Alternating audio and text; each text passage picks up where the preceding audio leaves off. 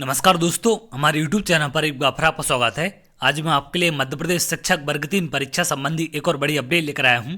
वर्ग 3 काउंसलिंग को लेकर आप लोग के लगातार कमेंट आते हैं, जैसा कि आप यहां पर देख रहे हैं। वर्ग 3 वेटिंग लिस्ट कैसे क्लियर होती है। बहुत सारे अभ्यर्थी कमेंट करते हैं कि सर जिस क्रम में वेटिंग है क्या उसी क्रम में होती है, या फिर कैटेगरी वाइज वेटिंग क्लियर की जाती है, या फिर महिला या पुरुष किसे पहले क्लियर किया जाएगा, जिस हिसाब से नाम दिए गए हैं क्या उसी हिसाब से वेटिंग क्लियर होगी, या फिर किस तरीके से वेटिंग क्लियर होती है। तो इन सब के बारे में एक एक करके हम बात करेंगे। तो जैसा कि आपने देखा कि जो यहाँ पर आपकी सूचियां जारी की गई हैं, इसमें थर्ड सूची है आपकी प्राथमिक शिक्षक प्रावधानिक प्रतीक्षा सूची। तो इसमें कैटेगरी वाइज आप वेटिंग लिस्ट देख सकते हैं। तो यहाँ पर मैं आपको एग्जाम्पल के लिए यूआर की जो नॉन गेस्ट फैकल्टी हैं इनकी लिस्ट खोलकर दिखा रहा हूँ कि कैसे क्या नाम होते हैं और वहाँ पर कैसे कैसे आपकी वेटिंग क्लियर की जाएगी, और इसी प्रकार से आपकी सभी कैटेगरी में वेटिंग क्लियर होती है। तो मैं एक कैटेगरी का आपको यहाँ पर एग्जाम्पल लेके दिखा दे रहा हूँ। तो अगर हम बात करें यूआर नॉन गेस्ट फैकल्टी की, तो कुछ इस तरीके से लिस्ट आपके यहाँ खुल जाएगी। प्राथमिक शिक्षक प्रावधानिक प्रतीक्षा सूची। तो यहां पर अगर आप वेटिंग क्रम देखें, सबसे पहले नंबर पर है 115.32 नंबर है सतीश मेवाड़ा। दूसरे नंबर पर वेटिंग है कौशल राजपूत, इनके भी 115.32 नंबर है। इसी क्रम में तीसरा, चौथा, पांचवा और ये तमाम नंबर यहां पर दिए गए हैं, इनकी वेटिंग है। अब यहां पर आप लोग के कमेंट आते हैं कि सर जिस क्रम में ये वेटिंग लगाई गई है क्या इसी क्रम में वेटिंग क्लियर की जाएगी या फिर कैसे क्लियर होगी। अब एक चीज और यहां पर जो कमेंट में आती है कि अगर आप स्टार्टिंग में देखें जेंडर में, तो स्टार्टिंग के 3 मेल हैं, उसके बाद एक फीमेल है। तो यहां पर कुछ लोग ये भी कमेंट करते हैं कि सर जैसे सबसे ऊपर मेल हैं तो क्या पहले मेल की क्लियर की जाएगी उसके बाद फीमेल की होगी, या फिर कैसे क्या यहां पर वेटिंग क्लियर होती है। इसी प्रकार की आपको तमाम कैटेगरी में लिस्ट देखने मिलेगी, क्योंकि यहां पर जो लिस्ट जारी की गई है इसमें कंबाइंड नाम है, चाहे मेल हो चाहे फीमेल हो, सबके कंबाइंड नाम इसमें दिए गए हैं। तो यहां पर सबके अलग अलग कमेंट हैं कि सर हमारा नाम तो बहुत नीचे है वेटिंग लिस्ट में, तो क्या हमारी वेटिंग क्लियर होगी या नहीं होगी। तो चलिए एक एक करके हम बात करेंगे किस प्रकार से आपकी वेटिंग लिस्ट क्लियर की जाती है।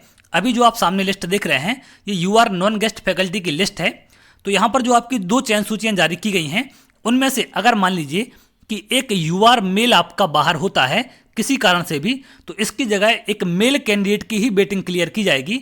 और दूसरे नंबर पर अगर यूआर फीमेल बाहर होता है तो इनकी जगह पर फीमेल की ही क्लियर की जाएगी। ऐसा नहीं होता है कि एक यूआर मेल बाहर हो गया एक फीमेल बाहर हो गया, तो 2 अगर बाहर होते हैं तो टॉप पर जिनके 2 नाम हैं वो क्लियर होंगे, ऐसा नहीं होता है। अगर दोनों मेल बाहर होते हैं तो टॉप 2 में जो 2 मेल होंगे उनकी क्लियर होगी।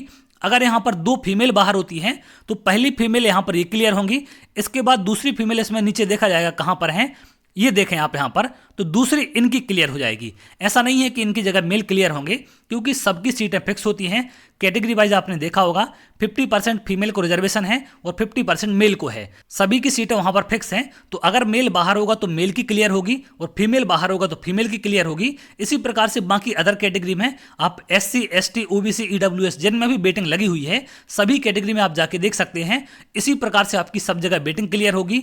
अगर मेल बाहर है तो मेल क्लियर होगा, फीमेल बाहर है तो फीमेल क्लियर होगा। ऐसा नहीं होता कि फीमेल बाहर होती है और टॉप पर मेल की वेटिंग है तो मेल क्लियर हो जाए, जो बाहर होगा वही क्लियर होगी।